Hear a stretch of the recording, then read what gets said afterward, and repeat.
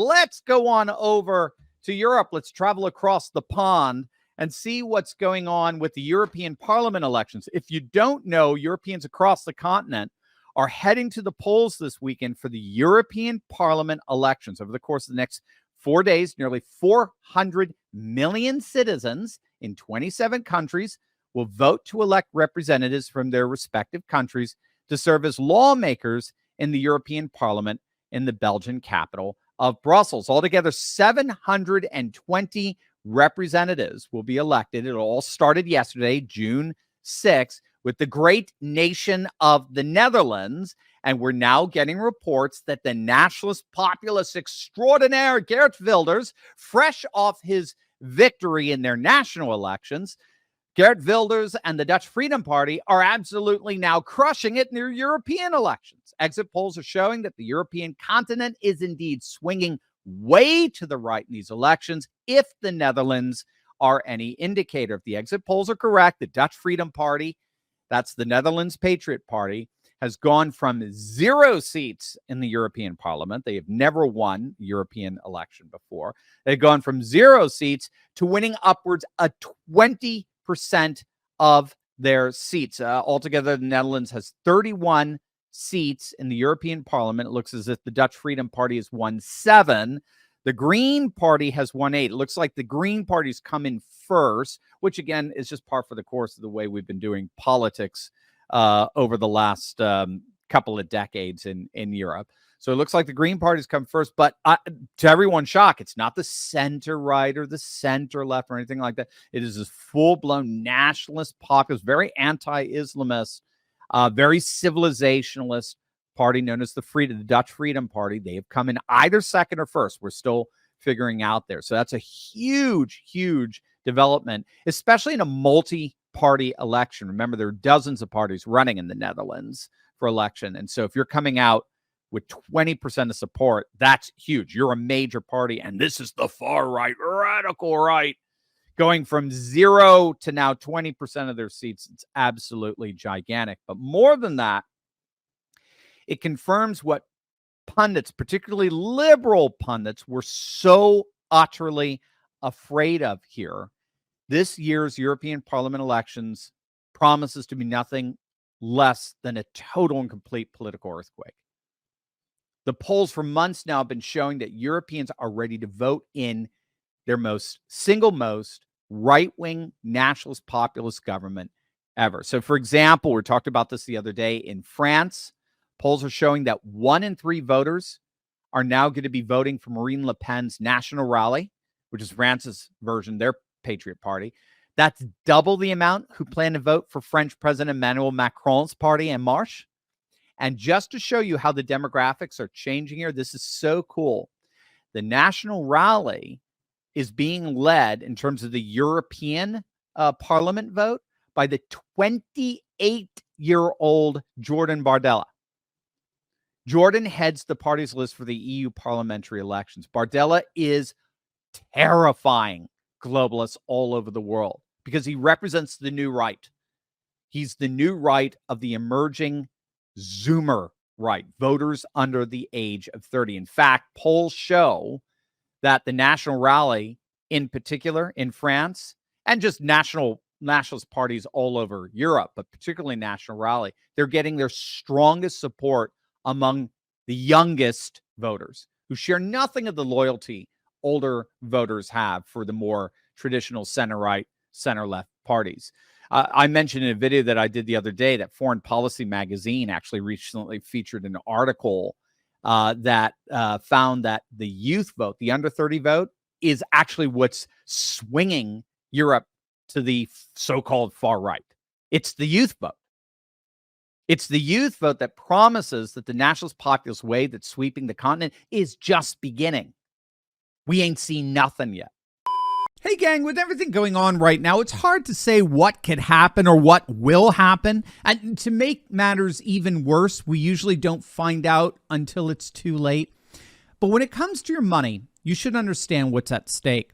That's why I partnered with Goldco. Now, you guys know I'm a big fan of hedging future risks with the timeless value of gold and silver. And that's why you've got to click on the link below or go to turleytalkslikesgold.com to get your free gold and silver kit. Gang, it's an amazing free resource that shows you step by step how to get into precious metals tax-free and penalty-free, even if your money's still in a retirement account like an IRA or a 401k. And the best part is that you may already qualify to get up to $10,000 in free silver. You've seen the writing on the wall. Click on that link below or go to turleytalkslikesgold.com to get your free gold and silver kit right now, because this is about taking back control of your freedom and your privacy. We can't predict the future, but we can certainly prepare for it. So don't wait. Take action now to defend your freedom, your privacy, and your future. Click on that link below right now. Now, if you don't know, this completely contradicts what's called the cultural backlash thesis.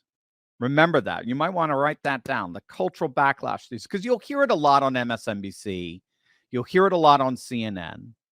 It actually has more to do with European politics, but it's a term derived from a book recently published, relatively recently, a few years back, by two university professors, Pippa Norris and Ronald Inglehart, who argued that the political success that populists were having around the world, like with President Trump or with Brexit, or Viktor Orban in Hungary, Nayib Bukele in El Salvador, Narendra Modi in India, that all of that success was temporary.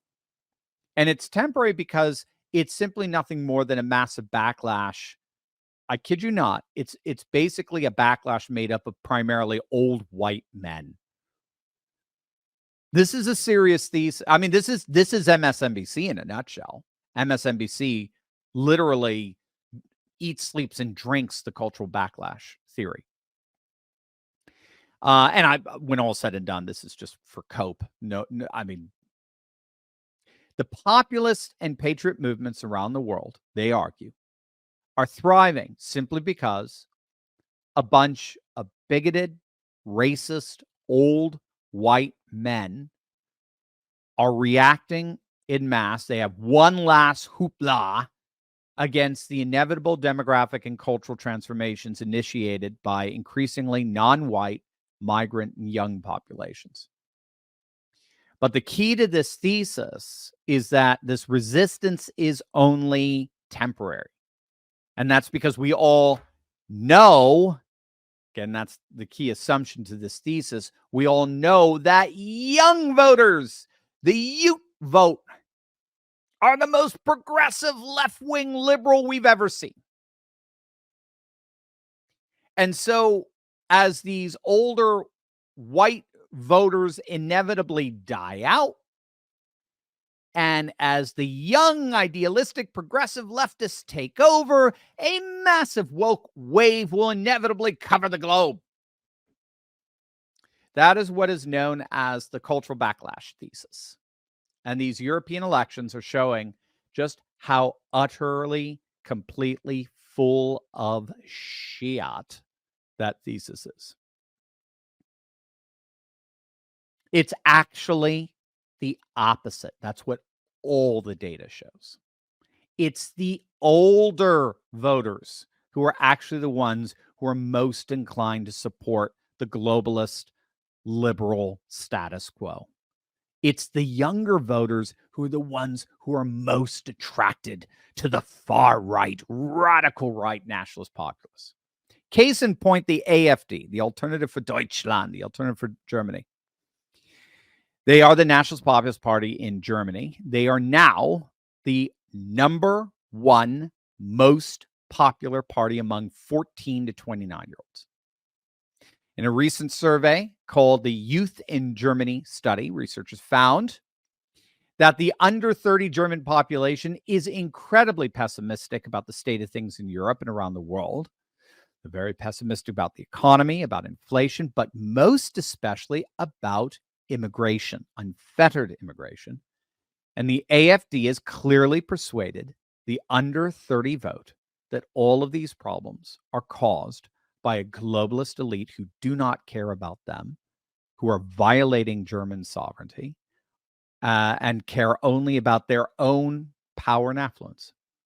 And German youth are hardly alone. This is the same pattern we're seeing in nation after nation after nation all over Europe. It is actually the young people who are far more prone to vote for the so-called far right than the older people. The cultural backlash thesis could not possibly be more wrong. And it's because, again, it has to do with this notion of alignment. Older voters are still aligned. They still have a strong loyalty and affinity for the old mainstream center left, center right parties they grew up with post-World War II. The youth are going through a massive process known as de-alignment. The youth are the radicals. They are completely de-aligned. They have no loyalty whatsoever to a single party. And therefore, they are far more likely to vote for so-called third parties, for, in this case, the far right, than our older voters. The cultural backlash thesis should be called the cultural bunk thesis. So we'll keep a very, very close eye on the results of the elections over the weekend, which really do promise to be a massive political earthquake shifting the continent of the so-called far right like never before. And can you imagine what we may be having in a few months? We may be having a right-wing Europe, a right-wing Middle East, a right-wing Eurasia, a right-wing Latin America, increasingly so. Forget Mexico. A right-wing Africa, particularly sub-Sahara and Sahel region, and then a right-wing MAGA, America First, November. I mean, it's going to be absolutely. And then we got to get Pierre Poilievre and the Conservatives in Canada. We got an amazing year moving to the right.